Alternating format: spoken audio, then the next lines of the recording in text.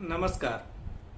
मैं राजा पाठक JRF achievers द्वारा आयोजित इस ऑनलाइन पाठ्यक्रम में आप सभी दर्शकों का हार्दिक स्वागत एवं अभिनंदन करता हूं। मित्रों, आज काफ़ी समय से वीडियो हम लोग नहीं अपलोड कर पा रहे थे, जिसके प्रति कई अपरिहार्य कारण थे।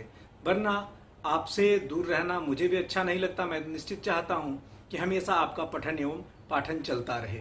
तो चलिए फिर आज हम शुरू करते हैं बिना विलंब किए। जो आज हम चैप्टर पढ़ने वाले हैं, हेत्वाभास। मित्रों, इसके पहले हमने अनुमान के बारे में पढ़ा था कि अनुमान क्या है। तो कहते हैं कि अनुमिति का जो कारण है वो अनुमान है, अर्थात अनुमिति नामक ज्ञान के पीछे जो कारण है वो क्या है, वो है अनुमान। और अनुमिति क्या है, अनुमिति प्रमा है। अब ये अनुमिति प्रमा होती किससे है, तो अनुमान प्रमाण के द्वारा। ये बात यहां तक तो हम लोगों ने समझ लिया था कि अनुमिति क्या है, अनुमान क्या है। इसके साथ में हमने कुछ और भी चीजें देखी थी जो कि आपको पुनः दोहराना होगा, जो था पक्ष, सपक्ष, विपक्ष इत्यादि बहुत सारे ऐसे टर्म्स थे जिनके बारे में हमने पढ़ा था। ये सारे टर्म्स बहुत ही ज्यादा जरूरी हैं जब हम अनुमान को पढ़ते हैं। आइए इसके साथ हम देखते हैं, जब हम बात हेत्वाभास की करेंगे तो हेत्वाभास में कई चीजें मुख्य हो जाती हैं। सबसे पहले जब हम बात हेत्वाभास की करेंगे तो हेत्वाभास तो आएगा ही आएगा।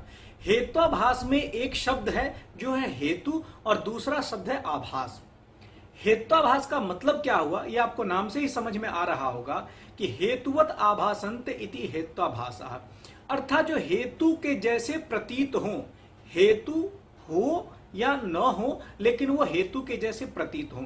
हेतु के जैसे प्रतीत होने का मतलब क्या होता है, कई बार क्या होता है कि आप जानते हैं कि जो अनुमान है वो लिंगी पूर्वक या हेतु हेतुमान पूर्वक होने वाला ज्ञान है। हेतु का मतलब हम आपसे कई बार समझा चुके हैं। हेतु मतलब कॉज या कारण, जिसके द्वारा हमें उस साध्य का ज्ञान हो रहा है। जैसे हमने आपसे कहा कि इस पर्वत में अग्नि है। क्या कहा हमने, इस पर्वत में अग्नि है। तो इस अनुमान के पीछे कारण क्या बना, तो हमने कहा क्योंकि पर्वत पे धुआं है। तो हमने धूम को देख करके अर्थात धुएं को देख करके उस पर्वत में अग्नि का ज्ञान किया था। लेकिन आप जानते हैं कि इस अनुमान के लिए दो चीजों का होना नितांत आवश्यक है। वो है क्या कि एक तो पहले नंबर पे व्याप्ति और दूसरा होता है पक्षधर्मता।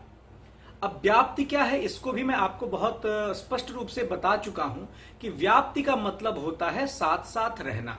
साहचर्य नियमो व्याप्ति, जो साथ साथ जो रहने का नियम है वो क्या है, व्याप्ति है। जैसे यत्र यत्र धूमः तत्र तत्र अग्निः, मतलब जहां जहां धुआं है वहां वहां आग है। अब ये साहचर्य नियम, आपको जहां भी धुआं दिखेगा वहां वहां निश्चित रूप से आग जो है उपस्थित है, आग संभव है। अब कहते हैं कि आखिर पक्षधर्मता क्या है, तो कहते हैं कि व्याप्य और व्यापक यहां दो शब्द हैं। आपको मैं पहले बता चुका था कि व्याप्य कौन है, तो हो गया धूम, और व्यापक कौन है, तो वो है अग्नि। व्याप्य व्यापक का तात्पर्य क्या हुआ, व्याप्य मतलब हो गया जो ज्यादा स्थलों में रहे, व्याप्य का मतलब हो गया जो कम स्थलों में रहे, और व्यापक का मतलब हो गया जो ज्यादा स्थलों में रहे। अब कम स्थल ज्यादा स्थल का उदाहरण कैसे समझेंगे, देखते हैं। होता क्या है कि जो धुआं है वो जहां जहां आग है, जहां जहां धुआं है वहां वहां आग होगा, ये बात तो सत्य है। लेकिन कई जगह ऐसे हैं जहां की धूम नहीं होगा फिर भी वहां आग है। मतलब क्या हुआ कि ऐसे जगहों पे जहां की धूम नहीं है वहां भी आग है। ये किस बात को दर्शाता है, तो ये दर्शाता है कि मतलब धुएं से ज्यादा स्थलों पे अग्नि का वास है। इस कारण से वहनी हो गई व्यापक, मतलब अग्नि हो गई व्यापक और धुआं क्या हो गया, व्याप्य। बात समझ में आई, एकदम स्पष्ट है। अब चलिए, तो ये व्याप्य व्यापक संबंध को हमने देखा। तो कहते हैं कि व्याप्य माने होता है कि धूम इत्यादि का, व्याप्यस्य पर्वतादि वृत्तित्वम पक्षधर्मता, व्याप्य का पर्वतादि पे रहना ही क्या है, वो पक्षधर्मिता है। अब आपने एक बात देखा कि इस अनुमान के लिए दो चीजें नितांत आवश्यक हैं। ये दो चीजें कौन सी हो गई, दो कौन से ऐसे तत्व हैं जो हमें अनुमान के लिए चाहिए होंगे, तो एक है आपको कि व्याप्ति और दूसरा पक्षधर्मता। और ये व्याप्ति पक्ष धर्मता जहां होंगे वहीं जाकर के आपको एग्जैक्ट अनुमान हो पाएगा। यदि इनमें से व्याप्ति में या पक्ष धर्मता में भी कोई दोष होता है तो आपको अनुमान सही नहीं होगा। अब हम आते हैं कि ये व्याप्ति क्या है।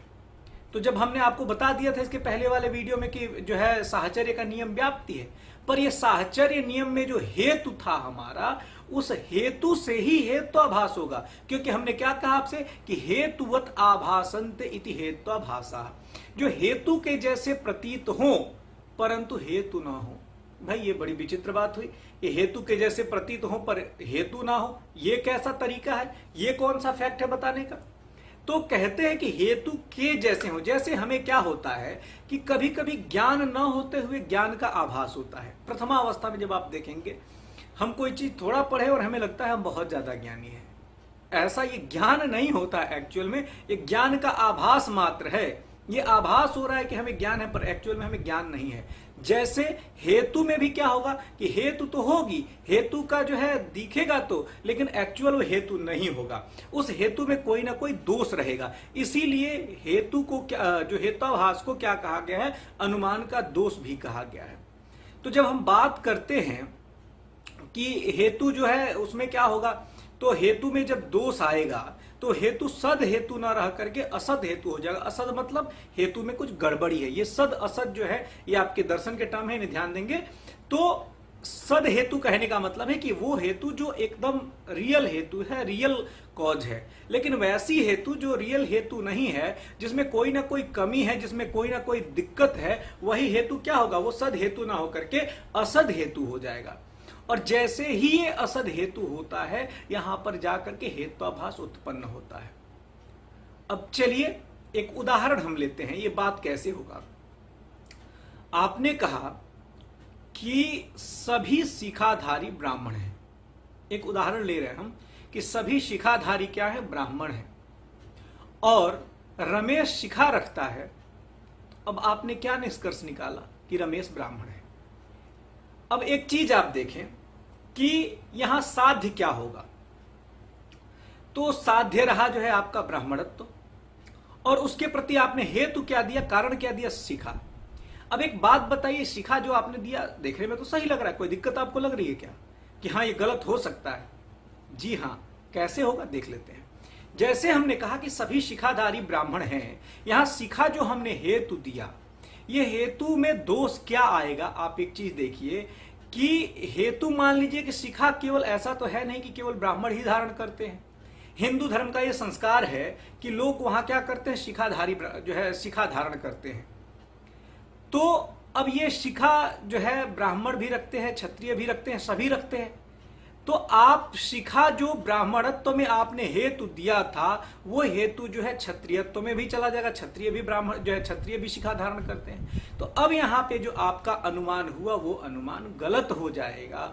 और अनुमान गलत क्यों हुआ, क्योंकि आपने हेतु जो दिया है वो हेतु गड़बड़ है। आपको देखने से लग रहा है कि हाँ भाई सभी शिखाधारी ब्राह्मण हैं, इसलिए महेश को भी शिखा, इसलिए वो ब्राह्मण है। नहीं, महेश को यदि शिखा है हो सकता है वो क्षत्रिय भी हो, क्योंकि शिखा किसी को भी हो सकती है या कोई भी धारण कर सकता है। तो ये बात स्पष्ट हुई। अब यहां दोष क्या हुआ, आपने देखा कि यह जो हेतु था वो ब्राह्मण के साथ साथ अन्यतर में, अन्यों में भी रहा। तो इसी कारण से जहां भी हेतु में दोष आएगा वहीं हेत्वाभास उत्पन्न होगा। अब इसके पहले कि हेतु में दोष किस तरीके से उत्पन्न होगा, हमें इसके पहले एक तथ्य समझना होगा कि आखिर ये हेतु सही कैसे होगा। कैसे मानेंगे कि ये हेतु हमारा सही हेतु है या इस हेतु को सद हेतु की संज्ञा दी जाए। तो अब कहते हैं कि वो हेतु जो सद हेतु होगा उसमें 5 चीजें रहेंगी। आपके किसी भी सद हेतु में 5 चीजें रहेंगी। वो कौन कौन सी 5 चीजें होती हैं, आप एक चीज देखें तो पहले नंबर पे आएगा पक्ष धर्मत्व, माने पक्ष में रहना। अब पक्ष क्या था, आपको बताया था कि जहां जो है साध्य का संदेह हो वही क्या कहलाएगा, पक्ष है। तो पक्ष धर्मता, या इसको अगर हम न्याय की भाषा में देखेंगे तो वो कहते हैं पक्षे सत्ता, मतलब जो हमारी हेतु है वो हेतु पक्ष में रहे ही रहे। जो भी स्टूडेंट या जो भी लोग ये वीडियो पहली बार देख रहे हैं, जिन्हें ये बात समझ में अगर नहीं आ रही है, तो इसके पहले वाला प्रीवियस वीडियो आप जरूर देखें, जो कि अनुमान के नाम से, क्योंकि उसके बिना आपको ये वीडियो समझ में नहीं आने वाली है। तो अब मैं कह रहा हूं कि जहां ये बात आ रही है कि उसमें पहली चीज क्या होनी चाहिए, वो कहते हैं जो पहली चीज है वो है पक्षे सत्ता, मतलब पक्ष में रहे। ठीक है, दूसरी बात क्या है, उसमें दूसरा गुण क्या होना चाहिए, तो कहते हैं कि सपक्ष में निश्चित रूप से रहे। सपक्ष क्या था, आपको बताया था कि पहले पक्ष मतलब जहां साध्य का आप कह सकते हैं कि संदेह है, लेकिन वो सपक्ष क्या है, तो जहां साध्य की निश्चितता है। ठीक है, जहां साध्य क्या है कि जहां साध्य कह सकते हैं कि जहां साध्य की निश्चितता है, वो कौन सा जगह है, सपक्ष है। तो कहते हैं पक्ष में रहे, सपक्ष में निश्चित रूप से रहे। और तीसरी जो बात आती है वो है विपक्ष, मतलब कि विपक्ष व्यावृत्तित्व जिसको कहते हैं, कि मतलब या विपक्षा सत्व भी कहते हैं कि मतलब विपक्ष में ना रहे। तो पक्ष में निश्चित, पक्ष में रहे, सपक्ष में निश्चित रूप से रहे, और विपक्ष में एकदम ना रहे। ठीक है, और इसके बाद और आगे क्या कहते हैं कि चौथा उसमें क्या बात होनी चाहिए, तो कहते हैं कि उसमें एक धर्म होना चाहिए जिसको कहते हैं कि अबाधित विषयत्व। अबाधित विषय, यहां बात आएगी कि जब हम कहेंगे कि अबाधित विषयत्व क्या है। अबाधित विषयत्व कहने का मतलब है कि ऐसा ना हो कि उस हेतु को जो सिद्ध करने के लिए आप प्रमाण दे रहे हैं या जो है अन्य आप तर्क दे रहे हैं, उस तर्क का बाध किसी अन्य प्रमाण से हो जाए, तो ये क्या हो जाएगा, आपको जो है अबाधित विषयत्व। और असत प्रतिपक्षित्व का मतलब क्या हो गया कि आपने जो हेतु दिया वो हेतु जो है क्या हो कि वो साध्य को न सिद्ध करके किसी और को सिद्ध कर दे, साध्य के अभाव को सिद्ध कर दे। ये जितनी बातें हम सुन रहे हैं, ये 5 प्रकार ऐसे हैं जो कि आपको हेतु में रहने चाहिए। अगर ये 5 लक्षण हेतु में हैं, तभी जाकर के वो हेतु सद हेतु मानी जाएगी, अन्यथा उस हेतु को असद हेतु की संज्ञा देंगे और वहीं जाकर के हेत्वाभास उत्पन्न होगा। बात समझ में आई, कौन कौन सी बात होनी चाहिए, तो पहले नंबर पे कहते हैं कि पक्षे सत्ता, पक्ष में रहे, सपक्षे निश्चित सत्ता, सपक्ष में निश्चित रूप से रहे, विपक्षाद व्यावृत्ति, विपक्ष में एकदम ना रहे, और चौथे नंबर पे कहते हैं अबाधित विषयत्व, मतलब उसका क्या हो कि बाध किसी अन्य प्रमाण से, बाध मतलब उसको होता कैंसिल कर देना। जैसे मान लीजिए मैंने कहा कि यह जो पानी है वह जो है, सॉरी आग जो है वह ठंडा है, क्यों, क्योंकि द्रव्य होने से। तो उदाहरण देते हैं, दृष्टांत क्या देते हैं, जैसे पानी। ठीक है भाई, आपने कहा कि आग शीतल है द्रव्य होने से, और पानी भी आपका द्रव्य है। तो जब पानी भी द्रव्य है और आग भी द्रव्य है, और आपने जो है कह दिया कि ये शीतल है, और उदाहरण क्या दे दिए, जैसे पानी ठंडा है, लेकिन सामने वाला इतना बुद्धिमान था कि वो जाकर उसने तुरंत आग छुआ और हाथ जल गया। उसने क्या किया, आग को छुआ और छूते के साथ ही उसका हाथ जला।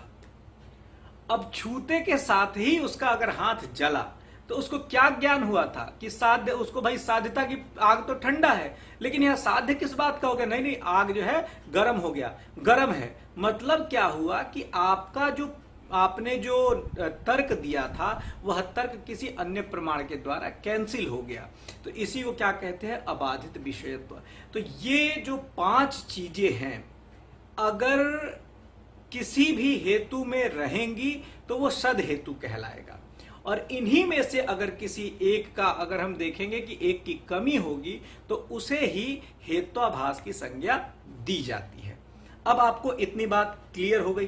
अब हम आते हैं कि जब हम कहेंगे कि ठीक है इस प्रकार से जो होगा, जो हेतु होगा जिसमें ये 5 चीजें रहेंगी वो सद हेतु होगा, और जिनमें ये 5 चीजें नहीं होंगी या इनमें से ही अगर कोई एक चीज की कमी होगी तो वो जाकर के क्या बन जाता है, हेत्वाभास बन जाता है। ठीक है, यहां तक तो बात अब आपको समझ में आ ही गई होगी। अब यदि समझ में आ गई है तो आप फटाफट एक काम करिए कि नीचे कमेंट बॉक्स में जा करके और क्या क्या चीजें आपको लिखनी है, एक बार में बिल्कुल आप लिखेंगे, ये नहीं कि एक बार सुना फिर लिखा, एक बार में बिल्कुल लगातार आप लिखेंगे।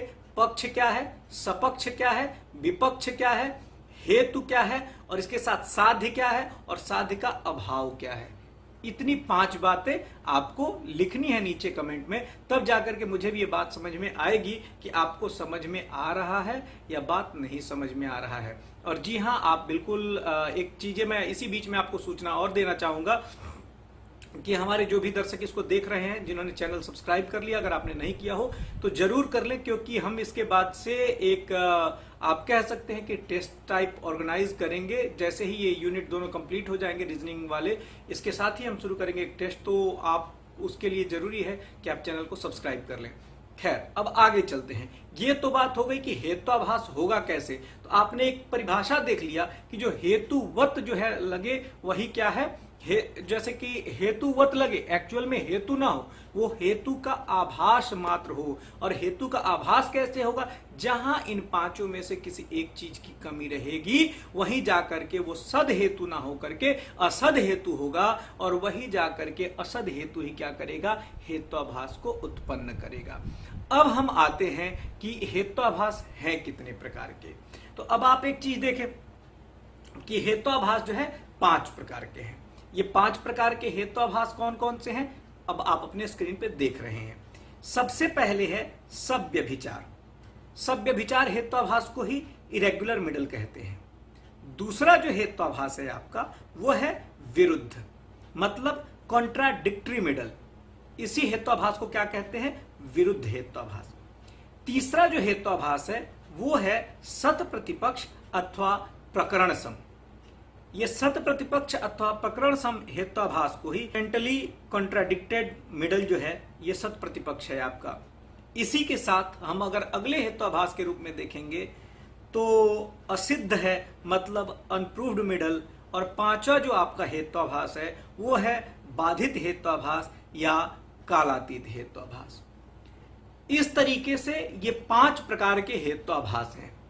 अब ये 5 प्रकार के हेत्वाभास आखिर किस प्रकार से हम इसको सही तरीके से समझ सकते हैं, तो आइए अब हम आगे इनको एक एक करके देखते हैं कि सबसे पहले सव्यभिचार क्या है। अब इन 5 हेत्वाभासों में अब हम जब देखेंगे, सबसे पहला जो हमने कहा था कि सव्यभिचार जो हेत्वाभास है। अब ये सव्यभिचार जो हेत्वाभास है, व्यभिचार का मतलब होता है व्यभिचार से युक्त, ठीक है। सव्यभिचार का मतलब हो गया व्यभिचार से युक्त। अब ये व्यभिचार क्या है, बहुत ही सामान्य शब्दों में अगर कहें तो किसी भी चीज का एकनिष्ठ न होना या उसमें किसी ना किसी प्रकार का दोष दिखाई देना, वही क्या है, सव्यभिचारिता है। अच्छा, चलिए सव्यभिचारिता पे जब बात करेंगे, जैसे कोई भी व्यक्ति व्यभिचारी कब कहा जाता है, जब उस व्यक्ति का संबंध एक से ज्यादा व्यक्तियों से हो, ऐसे व्यक्ति को क्या कहेंगे आप, व्यभिचारी समाज में संज्ञा दी गई है। सामान्यतः समझने के लिए मैं बता रहा हूं, ठीक है। अब हम आगे चलते हैं। अब बात कहते हैं यह सव्यभिचारी जो हेत्वाभास है, ये सव्यभिचारी हेत्वाभास 3 प्रकार का है। अब ये सव्यभिचारी हेत्वाभास 3 प्रकार का कौन कौन सा है, तो साधारण, असाधारण और तीसरा जो है अनुपसंहारी। अब साधारण, असाधारण और हम जब अनुपसंहारी की बात करेंगे तो इनमें सबसे पहला जो साधारण हेत्वाभास है, वो साधारण हेत्वाभास का क्या तात्पर्य है, साधारण हेत्वाभास कहते किसको है, पहले देख लेते हैं।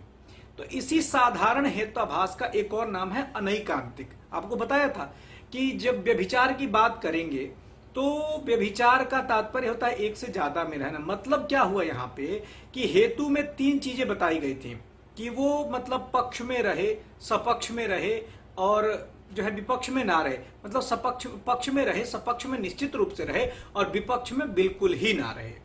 अब यहां बात आती है कि जो साधारण आपका हेत्वाभास है, अब हमने जैसे एक उदाहरण लिया, ये सबसे पहले एक लाइन में इसकी परिभाषा समझ ले कि यह जो हमारा साधारण हेत्वाभास है वो साध्य के अभाव वाले स्थानों में भी रहता है। साध्य का अभाव वाले स्थान कहने का मतलब क्या हो गया कि विपक्ष में भी रहेगा। अब यहां क्या तात्पर्य था कि हमारे पास हेतु, सद हेतु कब होगी, सही हेतु कब होगी, तो जब वो पक्ष में रहेगी, सपक्ष में निश्चित रूप से रहेगी, लेकिन विपक्ष में बिल्कुल ही नहीं रहेगी। उदाहरण हम लेते हैं, अभी जो मैंने कहा था कि शिखाधारी क्या है? ब्राह्मण है। शिखाधारी क्या है? ब्राह्मण है। रमेश शिखाधारी है, इसलिए रमेश क्या है? ब्राह्मण है।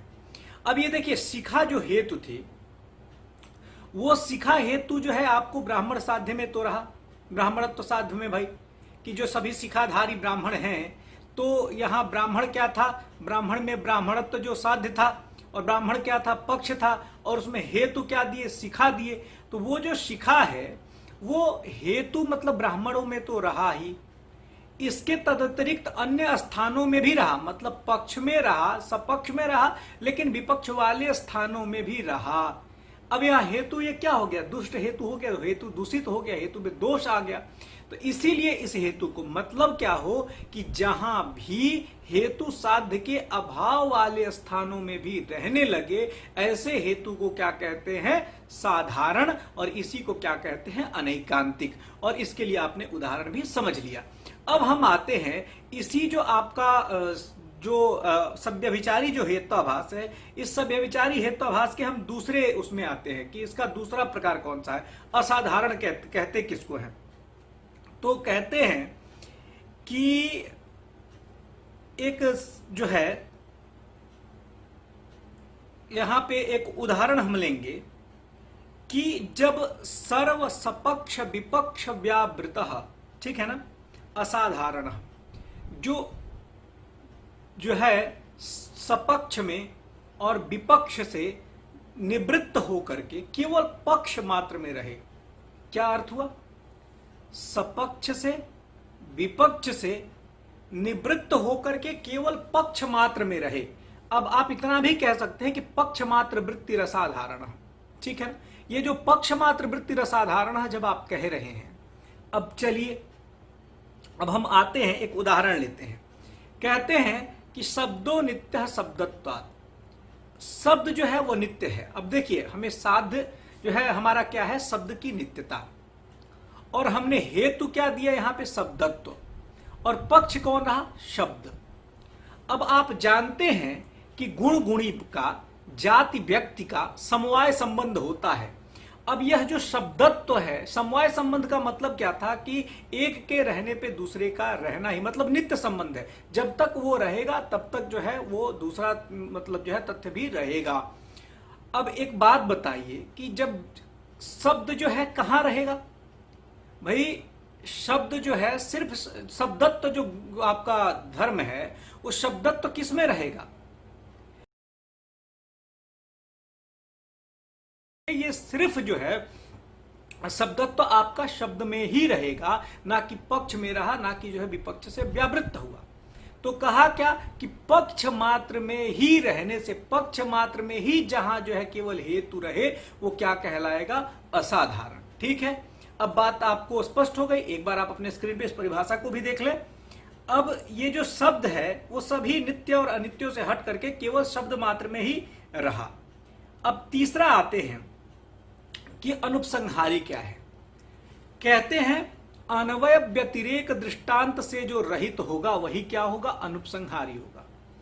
अब ये अन्वय और व्यतिरेक दृष्टांत से रहित जो है आपका अनुपसंहारी का मतलब क्या हुआ? हम कोई एक ऐसा उदाहरण दे दें, ऐसा दृष्टांत दे दें कि जिसमें सारी सामग्रियां आ जाए, कुछ मतलब जो है वो शेष ना बचे। चलिए एक उदाहरण लेते हैं, इसी उदाहरण को आप स्क्रीन पे देखिए। कहते हैं कि जो है सब जो है अनित्य है। सब क्या है? अनित्य है। और क्यों? ज्ञान का विषय होने से। अब एक बात आप बताइए, जब आपने सब ले ही लिया तो सब के अतिरिक्त आपको जो है विपक्ष कहां बचेगा? पक्ष तो मतलब हुआ कि जहां कोई साध्य निश्चित, जहां कोई हेतु निश्चित रूप से रहे। जैसे आपने देखा था कि हम जब बात कर रहे थे कि जो अगर किसी पर्वत पे धुआं कोई व्यक्ति देख रहा है तो वो पर्वत में वहनी का उसको जो है वहनी साध्य है, और उस पर्वत पे वहनी पर्वत में वहनी है, और वह हेतु है क्या? धुआं। अब वो एक सपक्ष ढूंढ रहा है, सपक्ष उसको मिला कहां जाकर के? तो वो तुरंत ध्यान करता है कि हमारे घर में जो चूल्हा था उसमें भी आग था, तो वहां सपक्ष में भी निश्चित रूप से था, मतलब जहां स्पष्ट है वो हमारा था सपक्ष, जहां संदेह है वो है हमारा पक्ष। अब हमने जब कह दिया कि यह जो सब अनित्य है, क्यों? ज्ञान का विषय होने से। अब जब हमने सबको ले ही लिया तो अब सपक्ष बचा कहां? सपक्ष तो बचा नहीं। और दूसरा क्या कह रहे हैं कि ज्ञान का जब विषय जब हम कह देंगे कि ज्ञान का विषय होने से तो दुनिया की सारी वस्तुएं ही ज्ञान की विषय हैं, तो यहां सबको ही जब पक्ष मान लेंगे तो सपक्ष तो मिलेगा ही नहीं। तो ऐसे जो है हेतु को क्या कहते हैं? ऐसे जो है हेतु को क्या कहेंगे? हेत्वाभास कहेंगे। तो ये क्या था कि आपको अनैकांतिक, एक बार फिर से देख लीजिए, कह रहे हैं सॉरी अनुपसंहारी। अनुपसंहारी का मतलब क्या था? कि जो अन्वय और व्यतिरेक दृष्टांत से रहित, मतलब क्या हुआ कि जो अन्वय और व्यतिरेक दृष्टांत से रहित हो वही क्या होगा? अनुपसंहारी होगा। तो अब जब आपने सब कह दिया तो सब के बाद ना कुछ अन्वय बचेगा और ना ही कोई व्यतिरेक बचेगा। तो जब अन्वय और व्यतिरेक जब दोनों ही नहीं बचेंगे, ऐसी स्थिति में ऐसे हेतु को हेतु न कह के क्या कहेंगे? हेत्वाभास कहेंगे। क्यों? क्योंकि कह दिया कि सर्वम अनित्यम, सब कुछ अनित्य है। क्यों? क्योंकि ज्ञान का विषय होने से। अब जब सबको ही ले लिया तो यहां हमको ना अन्वय जो है आपको दृष्टांत बचेगा, ना व्यतिरेक दृष्टांत बचेगा। इसलिए ऐसे हेत्वाभास को क्या कहेंगे? जो है आपको अनुपसंहारी हेत्वाभास कहा जाएगा। तो ये तो थे पहले के 3 प्रकार। अब हम आगे चलते हैं। आगे ऐसी स्थिति में हम देख रहे हैं कि आखिर विरुद्ध क्या है। तो कहता है कि जहां जो है आपका जो हेतु है वो साध्य के अभाव वाले स्थानों में भी चला जाए। मतलब वो क्या करे कि साध्य के साधन हमें किसका करना था? साध्य का। लेकिन वो साधन किसका कर दे? तो साध्य के अभाव का साधन कर दे। हेतु क्या करे? यहां करके हेतु जो है चला था किसका साधन करने? साध्य का। लेकिन वो साधन किसका कर देगा? साध्य के अभाव का। तो एक बात जान लीजिए कि कौन सा ऐसा हेत्वाभास है जो साध्य की जगह पे साध्य के अभाव का साधन कर देता है। वैसे हेत्वाभास का नाम है विरुद्ध। चलिए अब एक उदाहरण लेते हैं। जैसे कह रहे हैं कि शब्दो नित्य कृतकत्वात्, शब्द जो है नित्य है कार्य होने से। ठीक है, अब जब शब्द नित्य है कार्य होने से ऐसा हम कह लेते हैं, तो एक बात बताइए कि दुनिया में जितनी भी उत्पन्न चीजें हैं उनका क्षय होना है कि नहीं होना है? होना है भाई। तो हमने जो है साधन, हमारा साध्य क्या था? तो शब्द की नित्यता, और यहां हमने हेतु क्या दिया था? कृतकत्व, मतलब कार्य होने से। तो जब शब्द कार्य है तो दुनिया में जितने भी कार्य हैं वो सब क्या हैं? अनित्य है। जो उत्पन्न है वो मरेगा ही। जातस्य ही ध्रुव मृत्यु कहा गया है कि जो पैदा हुआ वो मरेगा। तो ऐसी स्थिति में जो हमारी हेतु थी जिसको साध्य का साधन करना था, उसने साध्य की नित्यता को न साधन करते हुए यहां साध्य के अभाव का साधन कर दिया। मतलब क्या हुआ? शब्द के अनित्यता का साधन कर दिया। ठीक है, स्पष्ट हुई बात। अब आगे चलते हैं।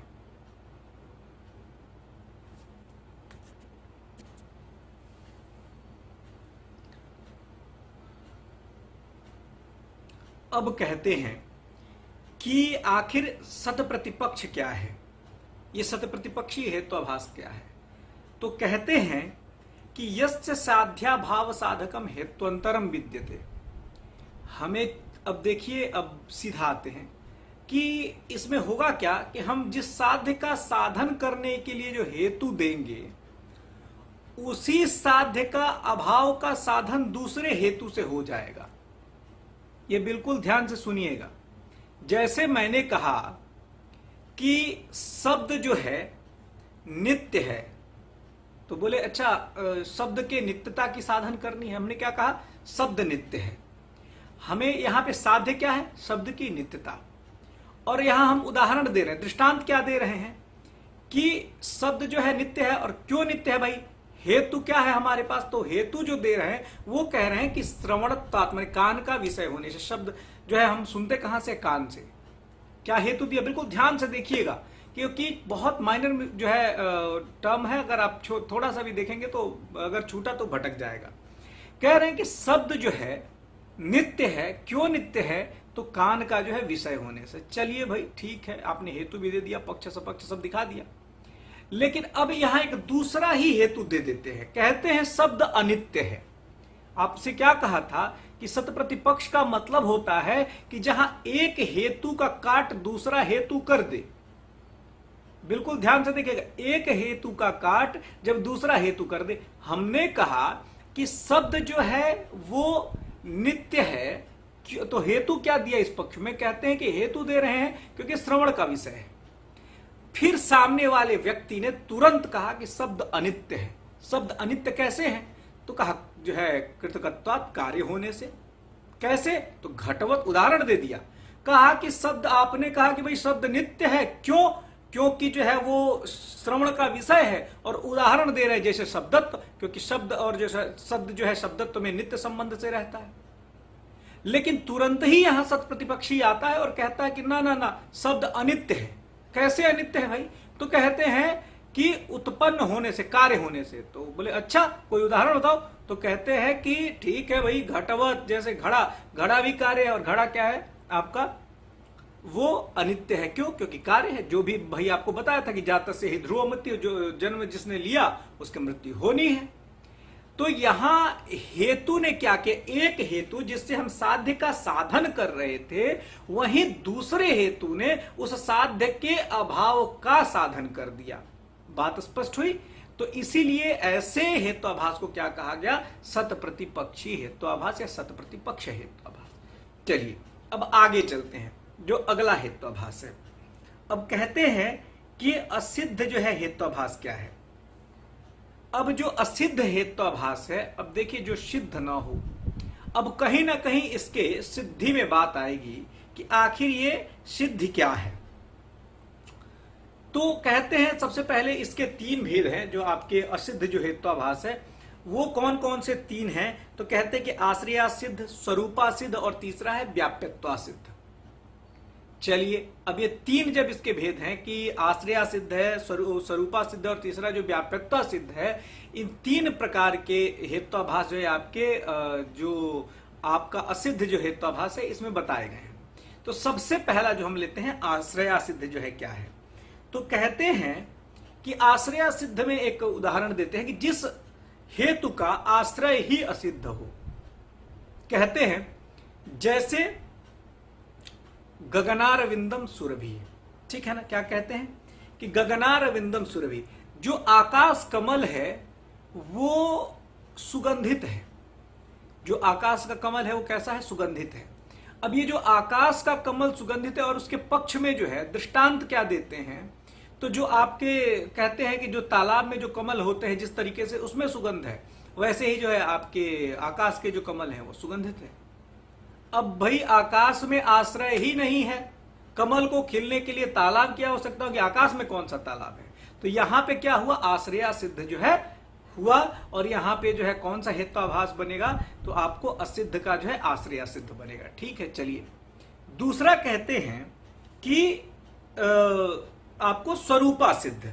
अब स्वरूपा सिद्ध का मतलब क्या है, कहते हैं कि शब्द जो है, ठीक है, यहां क्या कह रहे हैं कि शब्दो गुण चाक्षुषत्वात्, जो है शब्द है वो गुण है, ठीक है, और वो क्यों, तो आंख का विषय होने से। अरे भाई आपने तो पूरा स्वरूप ही अंडबंड कर दिया। स्वरूप अंडबंड करने का मतलब क्या था कि शब्द किसका भाई जो है गुण है। तो कहते हैं शब्द जो है कान का है, और आपने कहा कि शब्दों गुण चाक्षुषत्वात्। अरे शब्द गुण जो है आंख का विषय कैसे होगा, शब्द तो कान का विषय है। तो इसी तरीके से ये यहाँ पे कौन सा जो है आपको हेत्वाभास उत्पन्न होगा, तो स्वरूपा सिद्ध। इसका स्वरूप ही गड़बड़ है, ये तो हेतु बनेगा ही नहीं। अब आते हैं व्याप्यत्वा सिद्ध। अब व्याप्यत्वा सिद्ध जो है वो भी आप देखेंगे थोड़ा सा समझ में आएगा। कहते हैं कि जहां एकदम बिल्कुल एक लाइन में समझिएगा कि जहां हेतु में कोई ना कोई विशेषण देना पड़े, और एक चीज ध्यान रखिएगा कि जब हमने बात की थी कि हमारा जो व्याप्ति जिसको हम बना रहे थे वो व्याप्ति निरपेक्ष था। निरपेक्ष कहने का मतलब है कि वहां उसको किसी अन्य की आवश्यकता, मतलब किसी एक अन्य विशेषण की आवश्यकता नहीं थी उस व्याप्ति को बताने के लिए। उदाहरण से अभी आपको समझ में आएगा। जैसे हम एक उदाहरण कह रहे हैं कि जहां जहां धुआं है वहां वहां आग है। ठीक है भाई, जहां जहां धुआं है वहां वहां आग होगा। लेकिन अगर हम यही बात कह दें कि जहां जहां आग है वहां वहां धुआं है, जहां जहां आग है वहां वहां धुआं है, अगर हम ऐसा कह देते हैं तो क्या स्थिति बनेगी? क्या जहां जहां आग होगा वहां वहां धुआं होगा? ऐसी स्थिति जब आप देखेंगे कि अगर मेल्ट जो आयरन है, गला हुआ लोहा है, वहां आग तो है परंतु धुआं नहीं है। ताकत तो शक्ति तो है, जलाएगा ही, लेकिन वहां क्या है? धुआं का अभाव है। तब आप कहेंगे क्या कि ठीक है भाई, तो जहां जहां आर्द्र ईंधन का संयोग है वहां वहां धुआं है। मतलब आपने क्या किया कि अब अग्नि के साथ में आर्द्र ईंधन एक ऐसा विशेषण जोड़ दिया। तो ये जो विशेषण युक्त जो हेतु होता है उसी को क्या कहते हैं? आपको जो सोपाधिक हेतु है इसी को कहते हैं व्याप्यत्व सिद्ध। बात समझ में आई? तो जहां भी, और हेतु हमेशा ध्यान रखेंगे कि सोपाधिक ना होकर के कैसी होनी चाहिए? निरुपाधिक होनी चाहिए। तो जहां सोपाधिक हेतु होगी वहां हेत्वाभास आपका कौन सा उत्पन्न हो जाएगा? तो उसको बोलते हैं आपको व्याप्यत्व सिद्ध हेत्वाभास। ठीक है, अब आगे चलते हैं। क्या बात है यहां पे कि जिसके साध्य के अभाव का साधन प्रमाणांतर से हो जाए, ऐसे हेत्वाभास को क्या बोलेंगे? आप कहेंगे बाधित। तो आपने क्या किया? एक बात बिल्कुल माइनर, आप इसमें दोनों में डिफरेंस है असिद्ध और बाधित में। असिद्ध में क्या हुआ था कि हमने क्या किया था? वहां साध्य का जो अभाव था हमने प्रमाणांतर से निश्चित कर दिया था। सॉरी, दूसरे जो है हमने हेतु से निश्चित कर दिया था। लेकिन यहां क्या हो रहा है कि यहां हम प्रमाणांतर से ही उसको कैंसिल कर दे रहे हैं, हम उसके अभाव का साधन कर दे रहे हैं। तो इस तरीके से ये 5 प्रकार के हेत्वाभास हैं। इनमें क्वेश्चन खूब पूछे जा रहे हैं, तो इसलिए आप इन्हें बिल्कुल अच्छे तरीके से खूब दोहरा लें। अब इस हेत्वाभास के बाद हम जो पढ़ने वाले हैं, क्योंकि हमारे पास प्रत्यक्ष था, अनुमान था, अब इसके बाद आ जाएगा उपमान, इसके बाद आएगा शब्द प्रमाण, इसके बाद जो है अर्थापत्ति और अनुपलब्धि। इतने प्रमाणों को हम पढ़ने वाले हैं। मतलब क्या है कि जस्ट इसके अगले वीडियो में आपका ये सारे प्रमाण का जो चैप्टर खत्म हो जाएगा और प्रमाण के साथ साथ आपके 2 टॉपिक्स और खत्म हो गए, जो था आपका व्याप्ति और हेत्वाभास। व्याप्ति और हेत्वाभास के समापन से ही आपके लगभग काफी टॉपिक्स क्लियर हो गए हैं और कवर हो गए हैं। अब रही बात आगे की, इसको हम इसी तरीके से कंटिन्यू रखेंगे और बहुत सारे हमारे स्टूडेंट्स का और बहुत सारे और भी दर्शकों के बार बार मैसेजेस आ रहे हैं कि सर इसके बाद से जैसे ही ये यूनिट खत्म हो तो इसके बाद आप कृपया करके रिसर्च या टीचिंग से संबंधित कोई आप एक टॉपिक चलाएं। कुछ लोग कह रहे हैं कि डीआई चलाइए, तो मैं कह रहा हूं कि डीआई मुश्किल से मैं 5 से 7 वीडियोज में 5 वीडियोज मैक्सिमम है, जो कि आपको मैक्सिमम प्रैक्टिस के साथ में आपको जम के प्रैक्टिस हो जाएगी, इस पे हम करा देंगे। इसमें कहीं कोई दिक्कत नहीं होगा, तो आप बिल्कुल। लेकिन हाँ, इसके बाद से इस मैथ और रीजनिंग के बाद मैं अभी जो शुरू करूंगा वो टीचिंग या रिसर्च में से एक यूनिट मैं शुरू करूंगा, जो कि सभी के लिए समस्या होती है। और आप बिल्कुल ये बात निश्चित मान के चलें कि इसमें कहीं आपको समस्या होने वाली नहीं है, आपको किसी भी यूनिट में, क्योंकि जो भी यूनिट हम पढ़ने वाले हैं काफी कॉन्सेप्चुअल पढ़ेंगे। आपने देखा कि अभी तक हमने जिन चीजों को पढ़ा है उनमें से हम रटंत विद्या नहीं करने वाले हैं। मतलब हमें क्या है, कॉन्सेप्ट्स को समझना है, ये चीजें कैसे काम कर रही हैं। रिसर्च की जब हम बात करेंगे तो बिल्कुल वेरिएबल्स के बारे में, इन वेरिएबल्स के मॉडल्स क्या हैं, इन तरीके से इन तमाम चीजों को हम बहुत ही अच्छे तरीके से पढ़ने वाले हैं। तो निश्चित ही आप अपने लिए तथा अपने दोस्तों के लिए निश्चित रूप से शेयर करिए, क्योंकि कई बार क्या होता है कि हम बहुत ज्यादा पैसा खर्च करते हैं पर हमारे पास सही मटेरियल उपलब्ध नहीं हो पाता। और यूजीसी के पेपर में ये पेपर फर्स्ट बहुत बड़ी भूमिका निभाता है, क्योंकि आपके पेपर फर्स्ट के नंबर्स जोड़े जाते हैं। और हाँ, एक सूचना आप सभी को फिर से कि इसी जो है इन 2 यूनिट्स के समाप्त होने के बाद से हम लोग प्लान कर रहे हैं कि आपके लिए एक टेस्ट सीरीज ऑर्गेनाइज करें, और उस टेस्ट सीरीज में जितने भी लोग हमारे हैं सब्सक्राइबर्स, उनको हम निश्चित मौका देंगे भाग लेने के लिए। तब तक के लिए जो है फिर मिलते हैं, पुनः मिलामः, शुभ दिवस, अलविदा, प्रणाम।